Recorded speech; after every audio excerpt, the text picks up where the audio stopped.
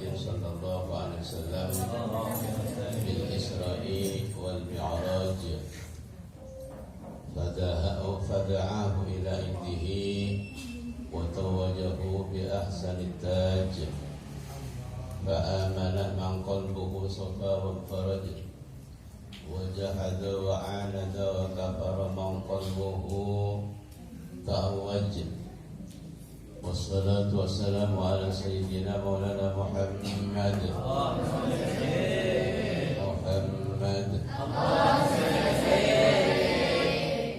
الذي لم يزل متصفا بالكمال والجمال والابتهاج وعلى آله وصحبه والتابعين لهم ومن تبعهم بإحسان إلى يوم ظهر فيه الصلاح والنجاة والسعادة والفرج سبحانك لا علم لنا إلا ما علمتنا إنك أنت العليم الحكيم رب اشرح لي صدري ويسر لي أمري واحلل عقدة من لساني يفقهوا قولي أما بعد حضرة المكرمين والمكرمات والمستمعين والمستمعات والhadirin والhadirat sekering dan seperon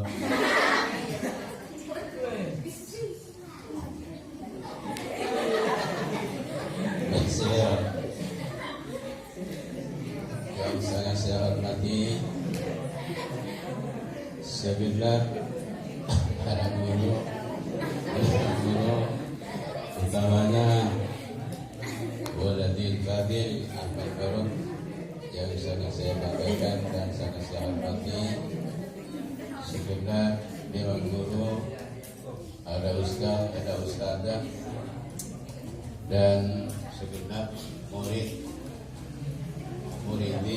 dan muridat siswa dan siswi SMA Islami yang senantiasa dirahmati Allah Subhanahu wa taala dan senantiasa sekarang ini sedang menyimak dan memperingati dan mendengarkan apa-apa yang disampaikan dari tadi sampai saya yang menyampaikan di sini.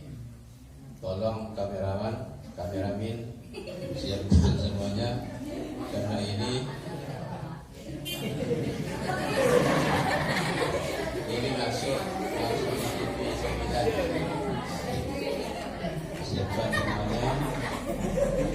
Ya. Langsung saja, tidak usah basa-basi ya, langsung biar menyambung. Waktu jam menunjukkan jam 9:45. 9 lewat atau kurang? Kurang ya? Oh kurang. Tidak bisa ditipu. Isra Mi'raj ini sebabnya terjadi. Kenapa terjadi Isra Mi'raj? Kenapa terjadi?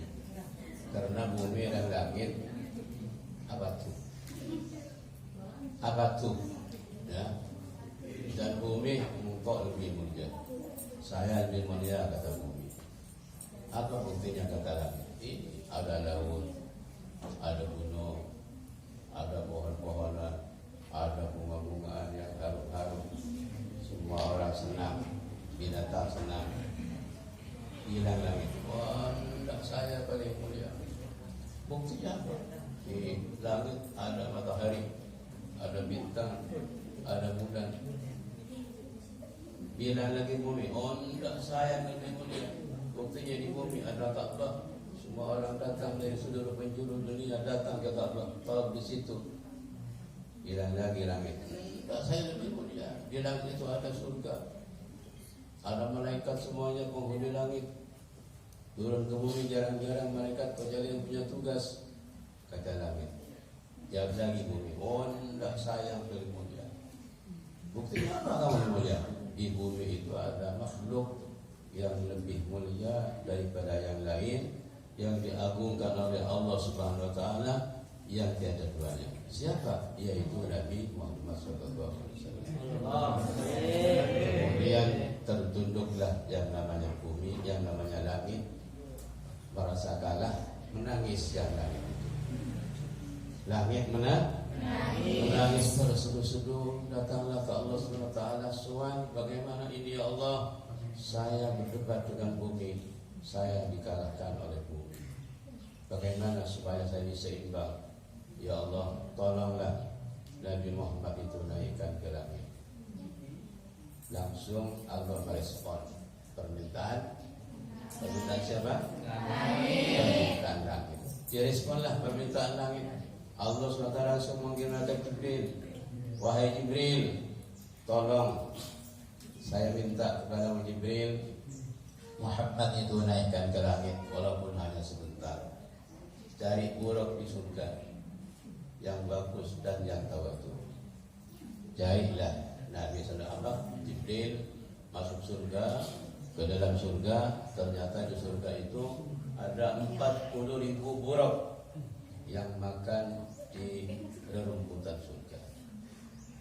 Kemudian Jibril cari buruk yang paling tawadu, karena pada waktu itu Allah beri pengumuman melalui malaikatnya, wahai buruk penghuni surga, di antara salah satu kalian nanti akan diambil satu untuk kendaraan Muhammad berangkat dari Makkah menuju Masjidil Aqsa. Seluruh buruk-buruk itu ambisi semuanya. Oh balik kau ni, kau sepatut, kau si gedeng, kau si kuat.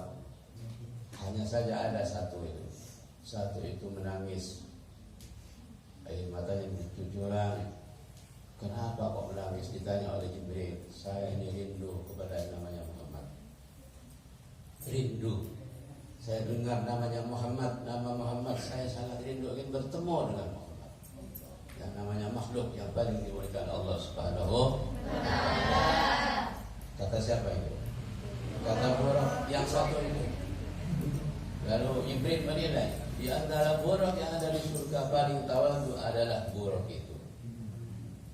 Ingin bertemu saja, tidak ingin diberi tugas oleh Allah SWT untuk membawanya dari Masjidil Haram ke Masjidil Aqsa. Hanya ingin bertemu, tidak ada ambisi itu. Jelas ya? Diambillah itu. Sudah kamu buruk, kalau ingin bertemu, mari ikut saya. Oh iya Jibril, sam'an wa ta'atan.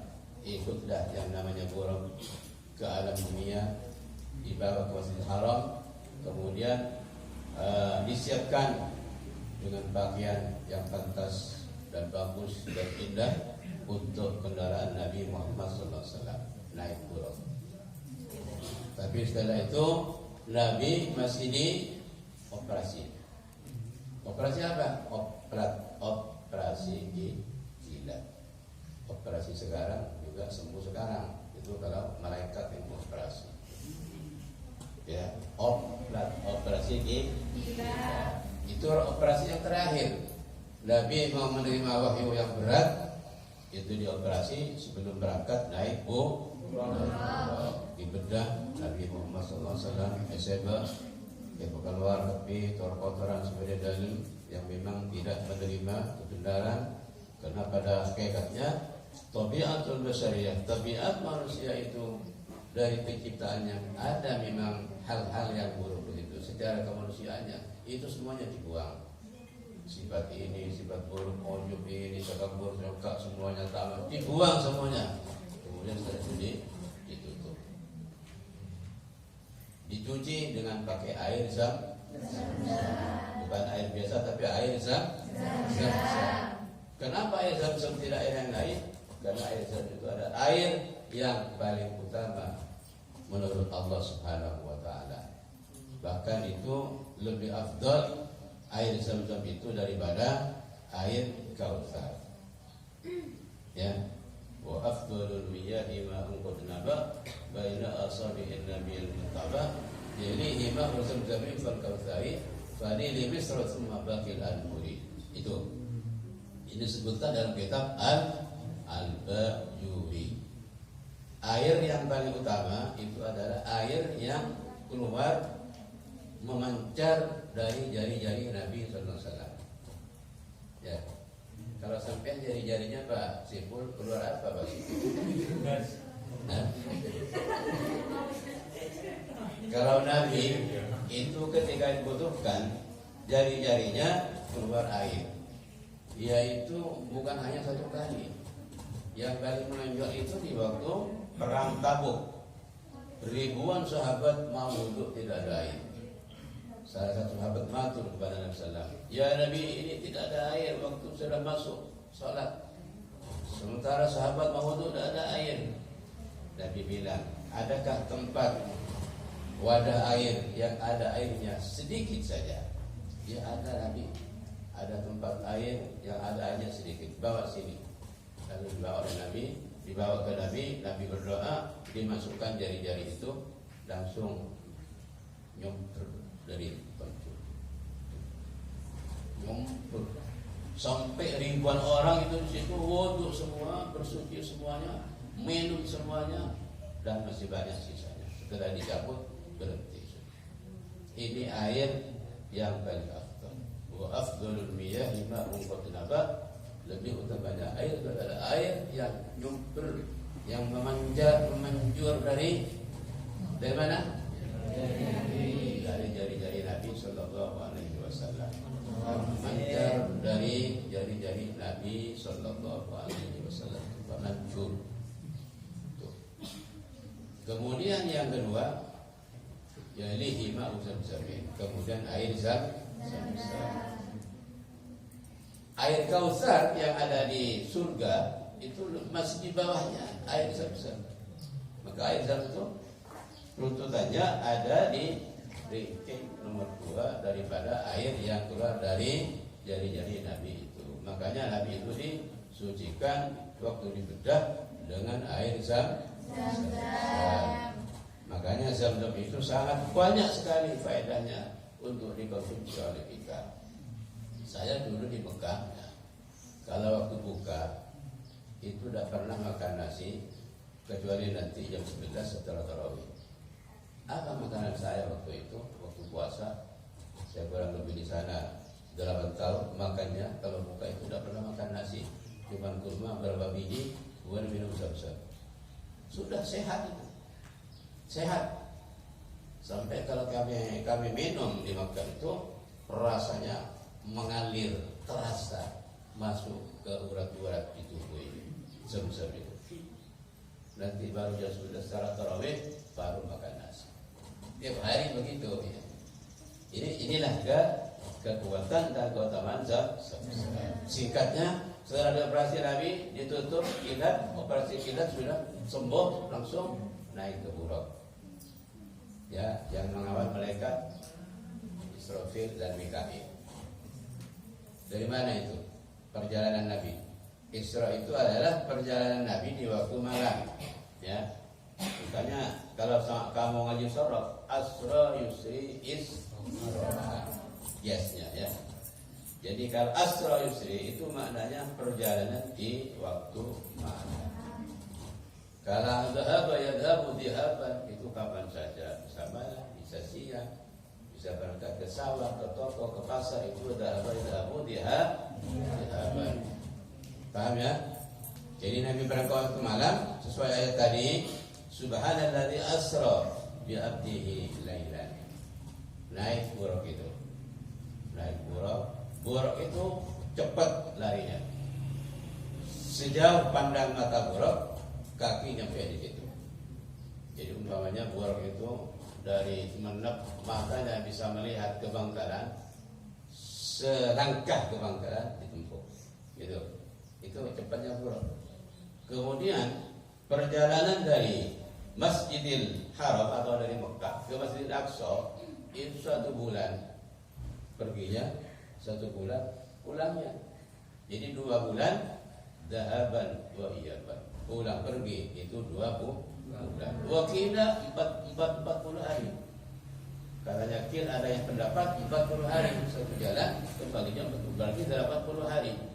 Itu oleh Nabi SAW pakai kendaraan buraq itu hanya bisa ditempuh kurang lebih 8 jam atau tidak sampai 8 jam. Kenapa demikian? Karena Nabi itu berangkat dari Makkah itu setelah Isya, sebelum subuh sudah di Makkah. setelah Isya berangkat, sebelum subuh sudah di Mekah. Perjalanan ini bukan hanya dari Mekah ke Isra ke Masjidil Aqsa, tapi naik ke langit. Yang jaraknya itu lebih jauh lagi dari Mekah Masjidil Aqsa. Ini luar biasa. Makanya Isra ini perlu diperingati supaya apa? Supaya kita berpikir, dalam benak kita bisa terisi keajaiban yang luar biasa. Ya.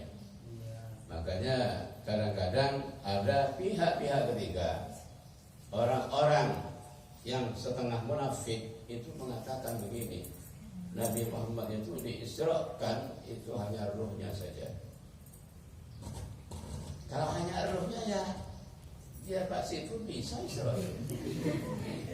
Pak Bukhari, Pak Mana bisa isra nanti malam, bermimpi naik ke langit, bermimpi pergi ke Masjidil Haram. Saya sering isra setiap malam, kadang-kadang mimpi, kadang-kadang tidak mimpi Allah, kadang-kadang mimpi. Saya itu isra. Jadi menurut saya pendapat yang mengatakan Nabi Isra'nya itu hanya ruhnya saja itu tidak valid dan tidak dapat dipertanggungjawabkan, dan itu melemahkan ayat-ayat Allah Subhanahu wa taala. Yang sahih, yang valid, Nabi itu Isra bi jasadihi wa ruhihi. Nabi Isra Mi'raj itu dengan jasad dan ruhnya, semuanya ma'an, secara bersama. Ini perlu ditanamkan di sini. Karena ini Isra Mi'raj ini adalah merupakan ujian, ya. Merupakan ujian dari Allah SWT buat orang yang beriman pada waktu itu. Makanya setelah Isra terjadi pada waktu itu, ada memang yang imannya lebih kuat, tambah kuat. Ada yang murtad, tidak percaya. Karena itu di luar jangkauan akal manusia. Termasuk Abu Jahal, bukan tambah percaya kepada Allah, tapi tambah ingkar. Abu Jahal, Abu Lahab, Abu Tanian, Abu Talon, Abu Sahabat, semuanya itu tambah ingkar, bukan tambah iman. Makanya Isra ini merupakan ujian buat kita semuanya, buat yang beriman dan juga buat yang tidak beriman. Buat yang beriman mungkin bertambah iman, atau juga buat yang beriman bisa murtad, kembali kafir. Buat yang tidak beriman bertambah tidak beriman, seperti Abu Jahal, Abu Lahab. Alhamdulillah, ini adalah merupakan anugerah hidayah taufik dari Allah Subhanahu wa taala. Kita, orang tua kita, anak-anak kita, cucu kita, murid-murid kita hanya dengar ceritanya saja dari para guru, masya Allah sudah beriman dan percaya, walaupun ini tidak dapat dijangkau oleh akal kejadian ini.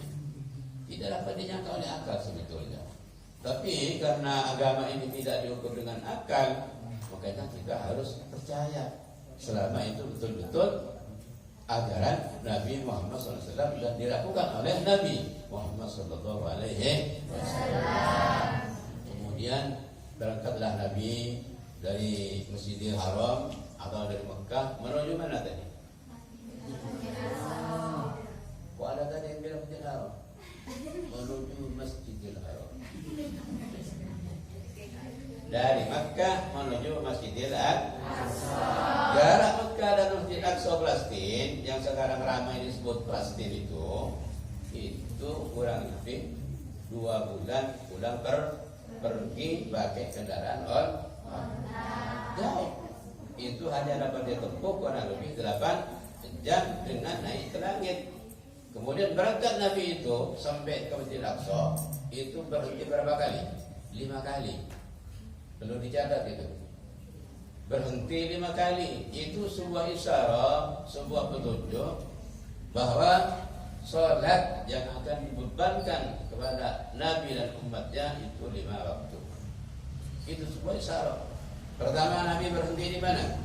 Di Madinah atau di Yathrib. Setelah kami sampai di sana, oleh Jibril turun dulu Muhammad sholat di sini. Turun dari Buraq sholat Nabi Muhammad. Karena yang membawa itu Jibril, Mikail, ya, Jibril, Mikail yang nuntun Buraqnya itu. Sholat Nabi di situ 2 rakaat. Sunat-sunat di situ. Belum ada sholat wajib.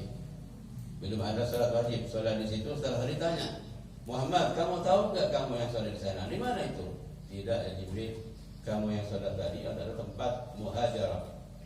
Al-muhajarah, tempat kamu akan hijrah di situ nanti. Jadi belum hijrah Nabi sudah diberi isyarat bahwa kamu nanti akan hijrah ke situ nanti. Sholat dulu 2 rakaat, ngambil tabarruk di situ. Ya, ya. Jadi intinya menurut kejadian ini, di setiap-tiap tempat yang barokah, tiap-tiap tempat yang ada hikmah dan barokahnya, itu disunahkan kita sholat. Contohnya Nabi di tempat hijrah itu disuruh sholat. Yang kedua Nabi berhenti di mana? Di Madian. Di Madian, bukan Madiun. Ada yang bilang Madiun. Madian, yang bacanya Madian. Madian itu adalah sebuah tempat di antara Mekah dan mana? Dan ini apa, Masjidil Aqsa itu Madian. Tepatnya di dekat pohon Sajarat Musa, pohon Musa. Apa Sajarat Musa, pohon Musa itu? Itu adalah sebuah pohon besar yang rindang, di mana pada waktu Nabi Musa dikejar oleh Fir'aun dan tentaranya, Nabi Musa lari berjalan kaki sampai di tempat pohon kayu itu, pohon itu Nabi Musa berhenti istirahat, lesok. Paham ya? Itu hanya tempat Nabi Musa istirahat karena lelah di pohon itu. Nabi suruh apa? Suruh sholat 2 rakaat. Setelah sholat ditanya oleh Jibril, kamu tahu Muhammad, kamu di mana tadi sholat? Tidak Jibril, kamu yang sholat tadi itu adalah tempat di mana istirahatnya Nabi Musa di situ di bawah pohon itu. Coba bayangkan, itu hanya tempat Nabi Musa istirahat di situ, Nabi disuruh sholat di situ. Ya, apa artinya? Artinya Nabi itu disuruh menghormati jejak-jejak orang soleh, jejak-jejak orang baik dihormati. Itu hanya tempat singgah, istirahat sebentar, beliau suruh hormat. Padahal yang paling mulia itu, lebih mulia itu Nabi Muhammad, tapi beliau masih disuruh hormat kepada tempat di mana Nabi Musa singgah sebentar di situ. Ya. Oleh karena itu, hormat kepada orang-orang soleh itu adalah sebuah keharusan dari kita semuanya. Kita tidak boleh lalai. Makanya kalau kita hormat kepada orang-orang soleh, kita taruh di hari kita mereka semuanya hormat dengan penuh hormat betul kita. Insya Allah anak-anak kita nanti akan jadi orang-orang yang soleh. Makanya kata ulama, dzikrus salihina ibadatun. Menyebut orang-orang soleh itu adalah ibadah. Kumpul-kumpul, cerita-cerita, Isra Mi'raj, dongeng-dongeng orang soleh di sini, dongeng Nabi Musa, dongeng Muhammad Rasulullah. Nah, ini ibadah. Karena orang-orang yang tidak mau menentang ini ya, ini bid'ah, tidak boleh dilakukan. Nabi tidak pernah mengadakan Isra Mi'raj, sahabat juga tidak pernah. Nabi dan sahabat dulu tidak sempat akan mengadakan ini. Nabi dengan sahabat itu perang terus, tidak pernah berhenti. Termasuk Nabi itu kalau perang 1 bulan, 2 bulan baru pulang ke Madinah. Dia tidak sempat mengadakan seremoni seperti ini. Berangkatlah Nabi SAW. Ketiga berhenti di mana? Di Gunung Turisina. Ketiga berhenti di Gunung Turisina. Gunung Turisina, di situ Nabi suruh berhenti dulu, salat dulu. Salat Nabi turun, bila turun ditanya, kamu tahu apa tadi? Berhentinya di mana Muhammad? Tidak tahu, pilih saya. Kamu tadi itu berhenti di Gunung Turisina. Di mana di situ Muhammad tempat munajat Nabi Musa selama 40 hari di situ. Tempat munajat Nabi Musa kepada Allah sampai jumpa Allah di situ. Nabi Musa minta kepada Allah untuk melihat secara terang-terangan ke Allah. Rabbi arini andur ilaih, kata Musa waktu munajat itu. Wahai Tuhanku, arini, perlihatkanlah kepadaku. Andur ilaih, aku akan melihatmu ya Allah secara terang-terangan. Apa kata Allah? Qala lan tarani, kamu tidak akan bisa melihat aku. Walakin inzur ila al-jabal, tapi lihatlah gunung itu di sana itu. Kamu lihat, fa in istaqarra makanahu fasawfa tarani. Kalau kamu lihat gunung itu dan gunung itu tetap tidak mengapa-apa, tidak apa-apa, fasawfa tarani, maka kamu akan melihat aku, kata Allah. Kalau gunung itu waktu lihat kamu tetap tidak bergerak, tetap stabil, maka kamu akan melihat aku. Setelah melihat gunung Nabi Musa, fasara Musa sa'iqa. Falamma ra'aw fakharra Musa sa'iqa. Kemudian begitu melihat gunung itu Musa, langsung Nabi Musa semaku. Berarti ada perubahan. Artinya Nabi Musa tidak dapat melihat Allah langsung di dunia. Hanya Nabi yang melihat Allah langsung. Tapi kata Al-Jalawab, min wairi kaifin wa nisarin wa fatar. Jangan ditanya, tidak ada kaifa-kaifanya, tidak ada intisar batas-batasannya, tidak ada. Melihat Allah itu ya. Makanya setelah itu Nabi Musa, Nabi Muhammad disuruh salat. Kamu tahu Muhammad, salat dulu, salat. Kamu tahu salat tadi itu tempat Musa munajat. Maka Nabi suruh salat. Tempat bersejarah. Artinya apa? Tempat-tempat bersejarah yang disinggahi orang-orang soleh, kita disunahkan untuk salat dan doa.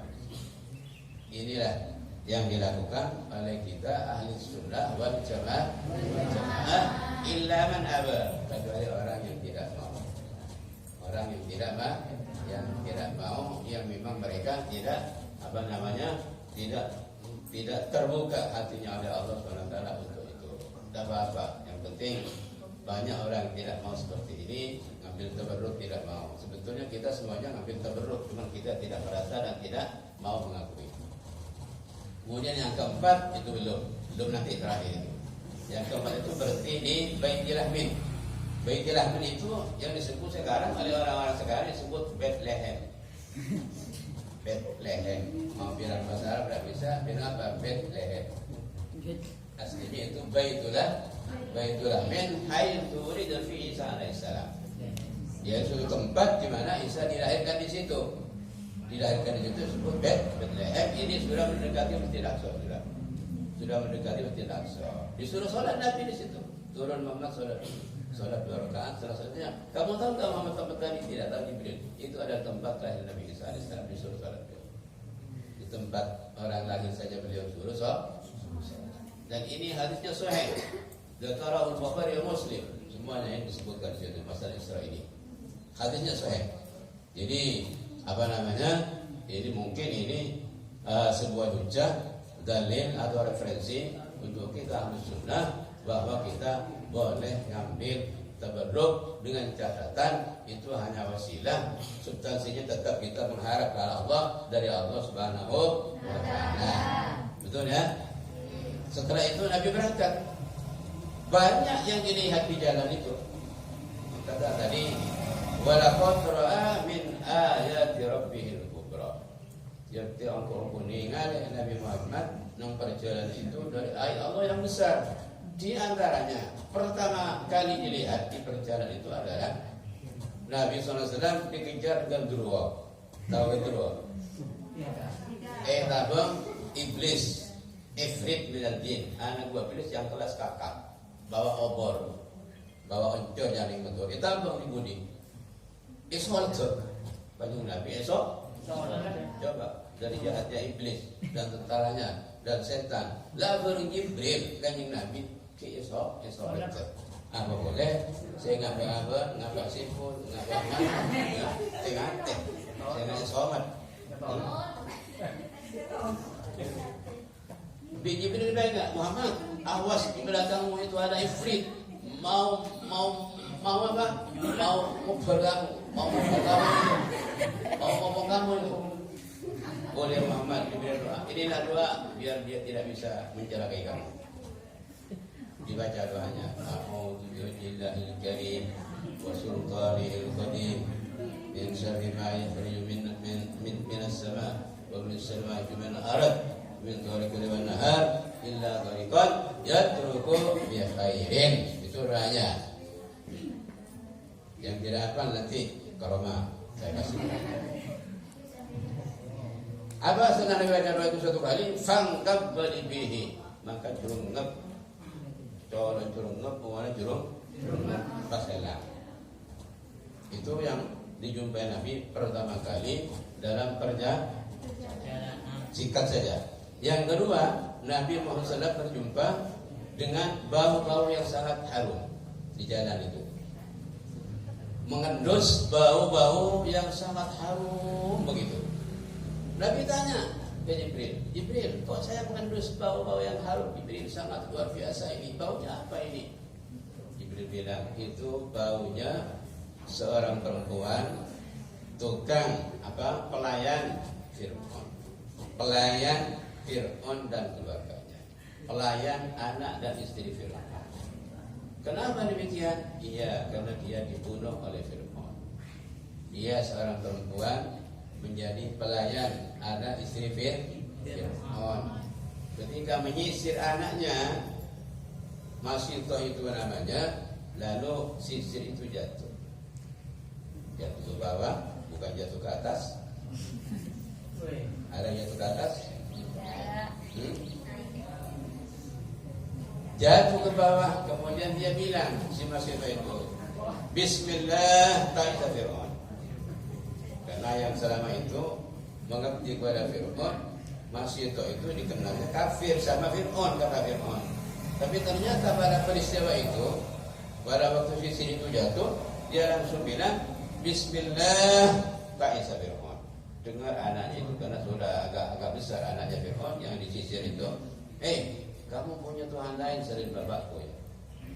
Oh iya, saya punya Tuhan selain bapak kamu. Bapak kamu itu bukan Tuhan. Kafir bapak kamu itu, Tuhan saya adalah Allah. Oh kalau gitu tak laporkan ke bapak, ya silahkan laporkan. Lapor lagi ke bapak ke Fir'aun, dipanggil. Masih tahu, kamu betul punya Tuhan selain aku. Karena Fir'aun itu nggak heran. Ana rabbukumul a'la, kata Fir'aun.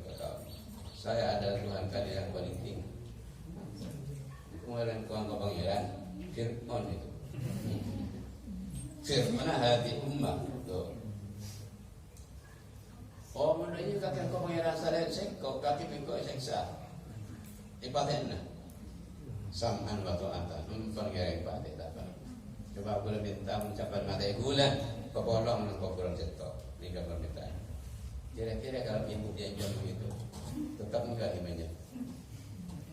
Imannya kepada Allah dan Rasulullah diancam begitu, diancam punya, digoreng, digodok, direbus. Kira-kira gimana? Apa kata Fir'aun? Ya sudah, tak bunuh kamu, tak rebus kamu. Kelah kaki itu. Ya, tak apa-apa lah kelah. Yang tiba raja, seorang beri tembokok, kalkal, wan hakal, dari makipakun gak kata iman. Pertama laki enggak ada. Pakun tak boleh kapir sebelah itu. Pakun masuk golongan orang seiman ke Allah Subhanahu Wa Taala. Capkur laki enggak ada, terbus. Song anak dua baru pas anak suatu song baru dia pas embun gila ayo kakek setia nomor tolak kakek ikhlas kakek setia mentok tak boleh tahu bentar kula pakun pangeran kula Allah sampai makhluk menjadi pangeran umpala. Kemudian si ibu gila sampai capur merasa iba kepada anak yang paling kecil, maju mundur untuk menyerah kepada Tuhan. Kemudian secara spontan anak sikit kene, sikit baba umur barang lebih umur 6 tahun, muncak. Takut dami ya umi, wala taqwas. Innaki alal haq. Sabar ya Rabbi.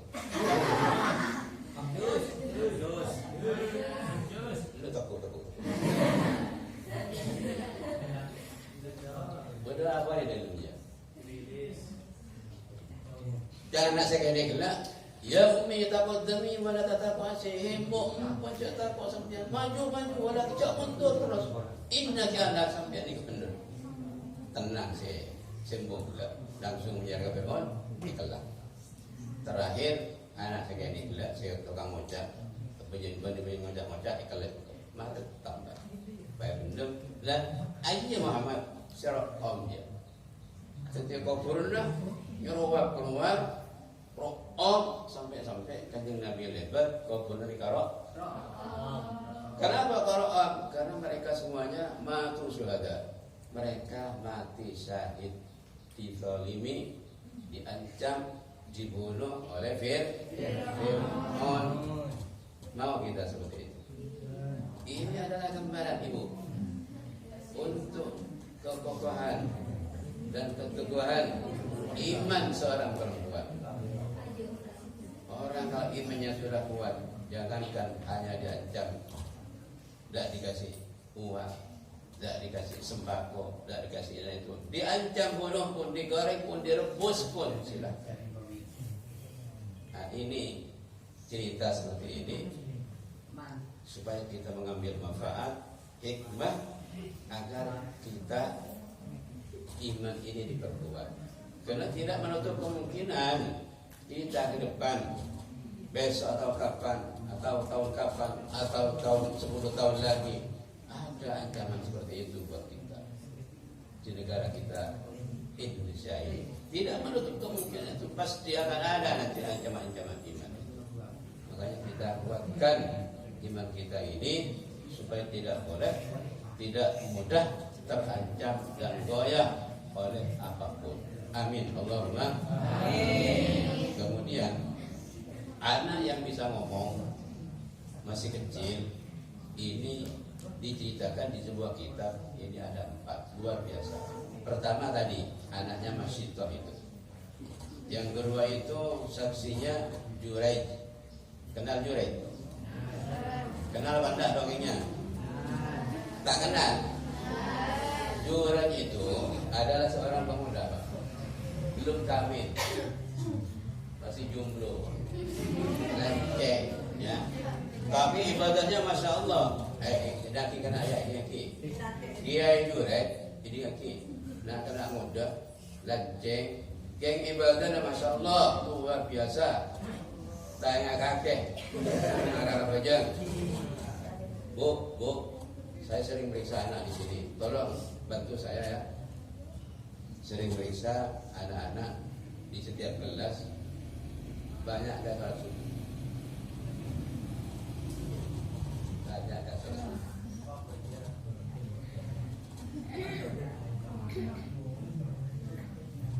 Ini SMA Islami dibangun seperti ini. Tujuannya diantaranya ini untuk mensolatkan orang yang tidak sholat.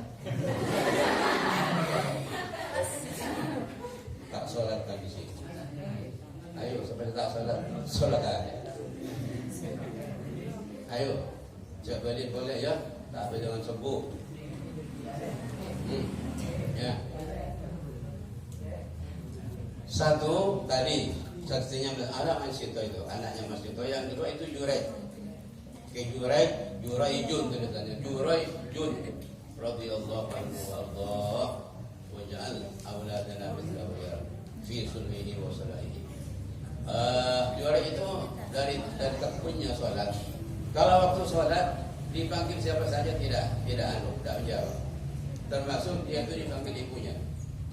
Dia Juraij tempat sholat saja sampai terakhir. Lakun boleh itu orang tempat sholat tajam sampai sholat tajam dia pakun. Karena ibu bila kesal panggil anak tidak menjawab, ibu mendoakan ke Juraij itu. Ya Allah, la tumit Juraijan hatta tumissahu al-mumisat. Ya Allah, Juraij pamadaki mentah tergoda oleh pelacur-pelacur. Beni surasina punten. Cek pamadaki Juraij mentah ikut para pelacur. Karena doa ibu itu manjur, Pak. Doa ibu itu manjur. Ibu-ibu jangan sampai mendoakan anaknya yang jelek ya. Anak jelek, anak ibu-ibu didoakan jelek jangan. Doa bagus-bagus saja. Karena doa itu mandi. Doa ulwalidati kata Nabi lima ladiha ka duai an-nabiyyi li ummati. Al-kamu. Dua hari sopo ka anak di pada bentuana Nabi kaum mati. Cepat atau lambat mati. Paham ya? Mati saya. Itu bagus-bagus baik. Kadang orang tua tak tahu diri pasca sekolah. Itu lah, ketemuan masyarakat yang mangsa tak pernah kucing. Tak pernah kucing, kau tak kira no. Kau tinggal di tempat apa? Tak pernah trek ada jauh gitu. Kau tak pernah kucing, kau tak kira ni. Ada kan ya? Itu kan ada ibu kapi. Hati-hati kok. Jadi juara apa jangan drop. Mampu sekali. Akhirnya tuaki, amit-amit juara kita. Tak lama kemudian karena ibu mati tuan di Bani Israel ramai berdoa ini Rob. Si, Tuhan Tiko. Sampai banyak orang tergoda. Dia pelacur tapi cantik tapi jadi pelacur. Kemudian dia oleh seseorang tokoh, ayo karena sahabat sebisa aku dijuret, sahabat sebisa aku dijuret persen ini berkor. Pak ngaku itu, saya bisa goda juret. Ya sudah kalau bisa angkat. Dan semua orang tebak apa aja itu goda, ya cek begini begitu. Cek titik Pak. Sampai terus kali jadi terus tak putus asa. Saya pilih pelacur gila, pak mulai berani mandi, bahan bersiaran, mandi. Mas mandi, ayo titik dengan saya. Tahu saya bukan, tidak ada tukang mandi. Tadi iman langsung ibadah bagi sekalian langsung pejet.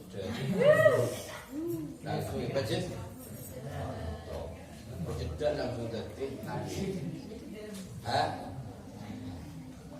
Setelah hamil beberapa bulan sudah nampak ngaku ke masyarakat Bani Israel bahwa ini saya dihamili. Apa namanya? Ayo sekarang persen. Loh sisa bonusnya berikan ke saya. Ramai itu. Akhirnya si Juret itu diunjuk rasa oleh masyarakat Bani Israel. Unjuk rasa sampai orang merokok, ada kopi burdes. Apa kata Juret? Ya tunggu nanti saat dia lahir akan saya jawab dengan jawaban yang positif. Ditunggu setelah lahir dibawa anaknya ke Juret. Nikahnya oleh anak sampian, kakek Syazina bin Anwar ya oleh. Apa kata Juret? Ayo kau tak tinggalkan sekejap apa jam kami menjuret mereka jam kemana kan selahir dan benar pakai moya dan juret dicumbut di juret jom siapa kan kakek jom siapa kakek Pak Bocah Kabelitar Sipaset Abi Rohilona Pak Kula Tokang Manmi. Ini kopi orang dia Pak Kula Tokang Manmi.